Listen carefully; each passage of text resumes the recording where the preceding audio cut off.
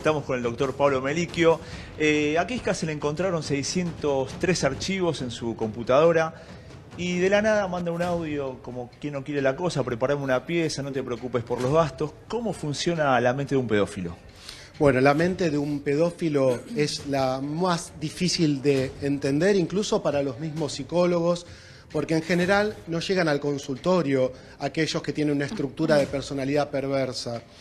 Hay que diferenciar un pedófilo de un pederastra, ¿no? Es decir, un pedófilo es aquel que tiene atracción sexual por niños y niñas.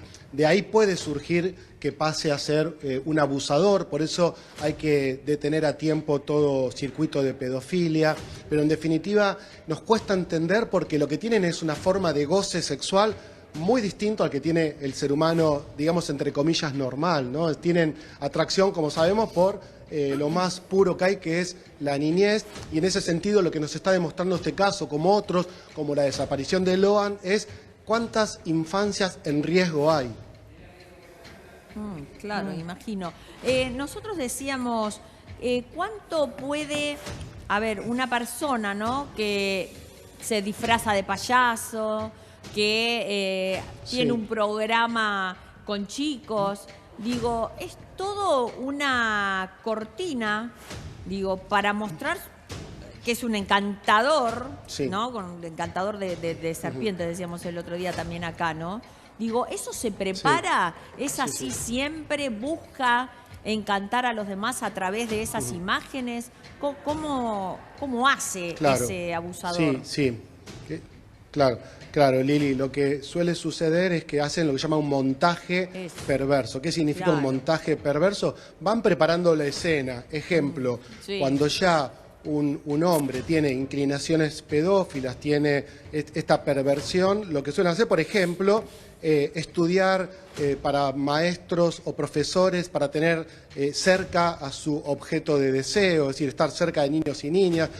Por eso es tan común que a veces aparezca algún profesor, algún maestro pedófilo. También tenemos otro caso, ¿no? Esto, ¿no? Que payasos, todo lo que tenga que ver con estar cerca de niñas y niños para después consumir sexualmente, en este caso, las niñeces. Pero otro punto importante que hay que entender es que tiene una personalidad doble. ¿Qué significa una personalidad doble? Esto, que socialmente decís, ¿cómo puede ser que esta persona sea pedófila o abusador o violador? Porque tienen tanta manipulación, son tan fríos, tan calculadores, que después sorprende. De hecho, hay un psicólogo de la Universidad de Buenos Aires que estuvo, creo que sigue detenido justamente por Jorge Corsi, claro, bueno, y era especialista. Ya está libre.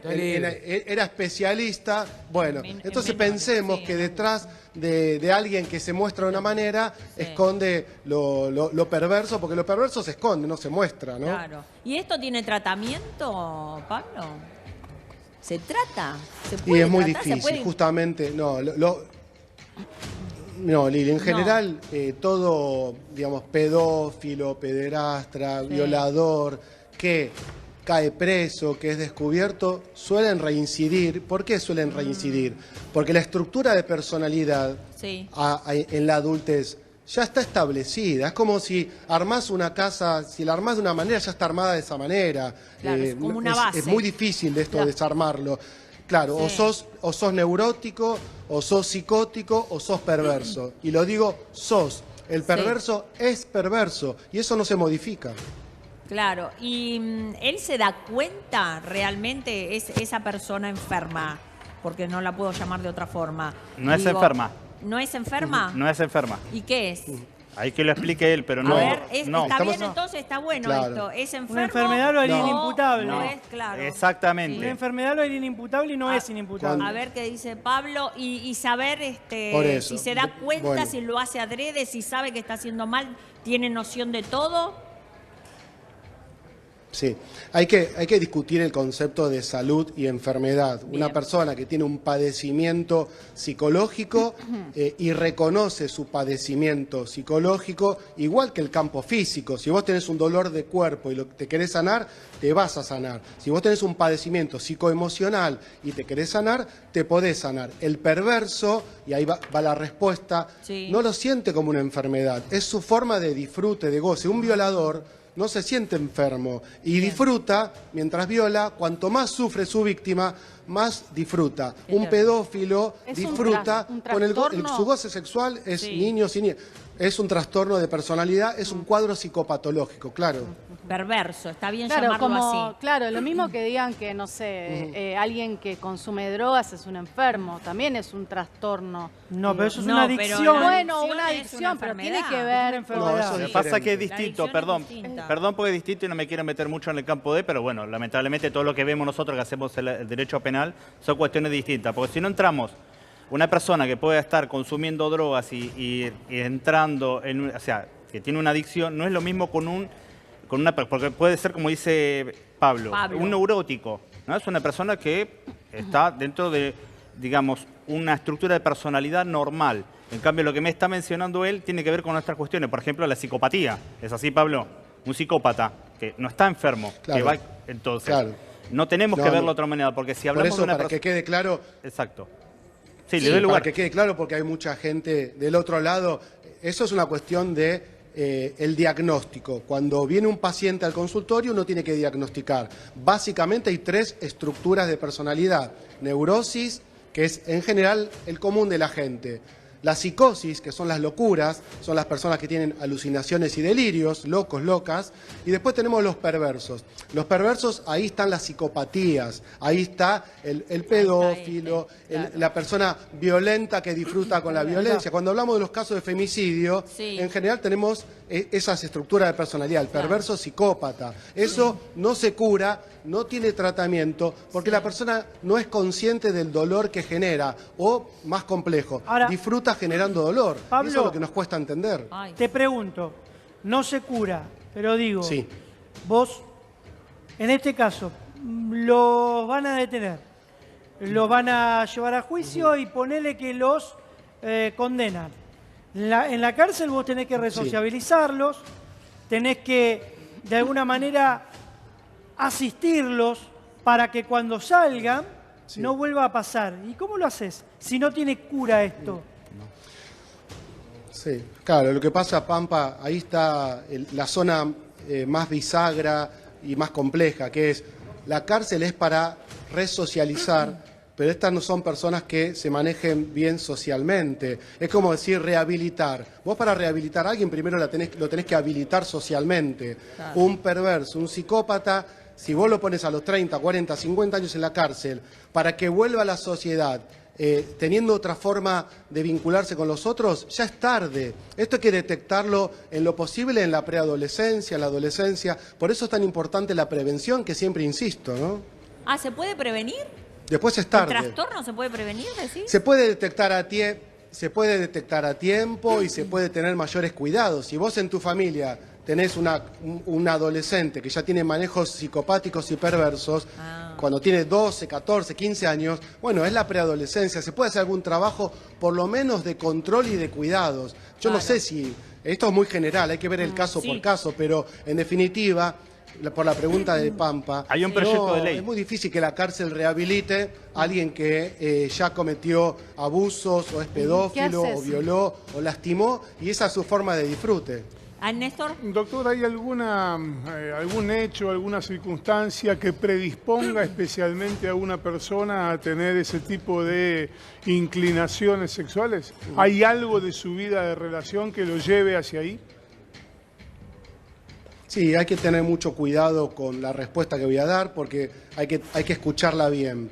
A veces, una persona que fue abusada sexualmente puede empezar a hacer activo lo sufrido pasivamente. Quiere decir que puede empezar a abusar como fue abusada. No necesariamente una persona abusada va a terminar abusada, pero a veces cuando recibís abusos y maltratos en la infancia, puede pasar que predisponga a que después te vincules de esa manera, haciendo sufrir a los demás como sufriste vos de chiquito. Sí. ¿Y Ahora, alguien que Rodrigo. tiene este Pablo. trastorno se puede declarar inimputable? Digo, No. si no puede, no puede cumplir No. una pena en un No. lugar como una cárcel común. No, No, ya no. está. No, no. Pero No, ahí le No hay pa- ninguna Solamente posibilidad. es a eso inimputable. No, solamente es inimputable alguien que está atravesando un trastorno psiquiátrico, psicótico, alguien que no sabe lo que está haciendo. No comprende El la perverso criminalidad del sabe acto. lo que está Exacto. haciendo. Pero acá... Exacto, por eso... Exactamente. Acá Rodrigo se quiere comprende, se acotar sabe algo. y se disfruta. Sí, no, que Rodrigo, por que es eso, abogado, por eso quiere- nosotros trabajamos, porque la realidad es que tanto del derecho como de la disciplina que tiene Pablo, trabajamos conductas humanas. Y en esto hay que trabajar mucho sobre la prevención. Particularmente hoy hay un proyecto de ley que trata sobre la prevención para educar y prevenir los actos que cometen justamente las personas, el daño que pueden provocar las personas que tienen cuadros, o sea, rasgos psicopáticos. Porque como él dijo bien, hay 3 estructuras de personalidad, que es la neurosis, donde nos encontramos todo, la psicosis y después los perversos, donde se encuentran estas últimas personas. No todo psicópata provoca daño, pero tenemos que saber identificarlos y el daño que pueden cometer, porque no solamente abusan o matan, son asesinos silenciosos. En muchos casos, ahí vemos las instigaciones al suicidio. Pero por eso, quería hacer mención que hoy hay proyecto de ley para tratar de Bien. educar a Lo la que pasa, población doctor, en Guido, general sobre estas personalidades. Que sepamos, porque están entre nosotros. Depende de la bibliografía, y esto lo puede decir mejor Pablo, hablan del 1 o más porcentaje de personas con las que nos encontramos. O sea, de 100 personas, al menos una, según qué autor, es psicópata. Es muy probable que acá tengamos a un psicópata entre nosotros hoy, en este estudio. Por Dios. A ver, Lo que pasa Pablo, Oye, sí, vos quisiera- querés- sí. No, sí. quisiera Acontá agregar que algo. después te hago otra pregunta. Estamos Sí. Estamos poniendo el foco en el perverso, en el psicópata.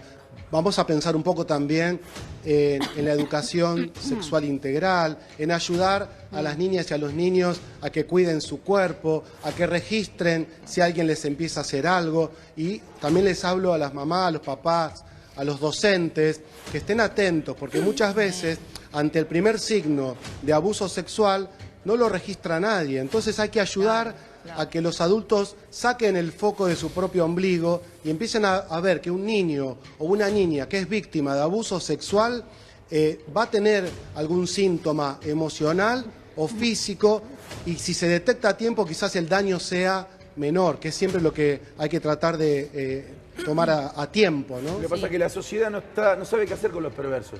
Porque la sociedad está preparada para castigar a los neuróticos, la cárcel, Tal cual. o para meter en el manicomio al psicótico, al loco.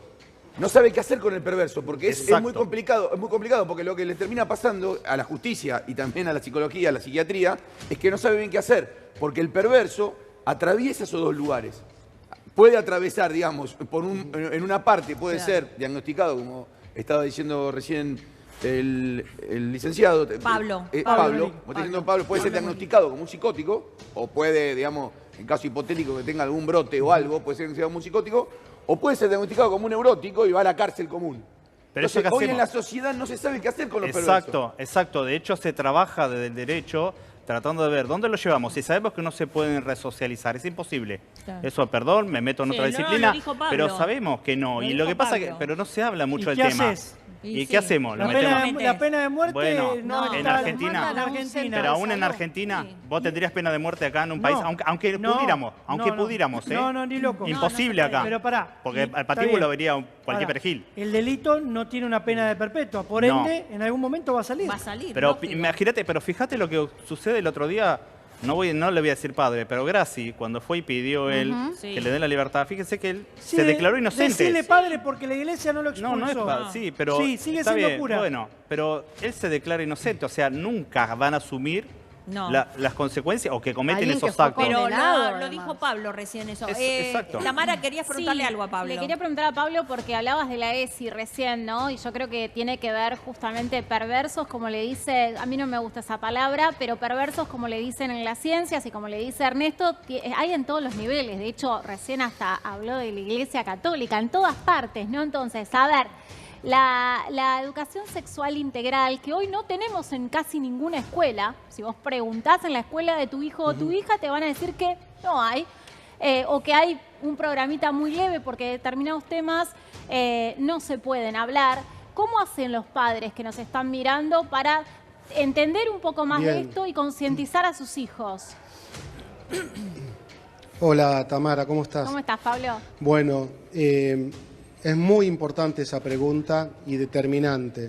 No podemos esperar que la sociedad anticipe lo que en la casa hay que anticipar. Por supuesto que es importante que la sociedad, las instituciones, las escuelas pongan a tomar conciencia de la importancia que tiene la educación sexual integral, campañas de prevención, pero en casa, desde temprana edad, hay que hablar con los hijos, hay que explicarle que nadie tiene que tener contacto con su cuerpo, hay que cuidar mucho las redes sociales, porque muchas veces los pedófilos se esconden con identidades falsas, ¿sí?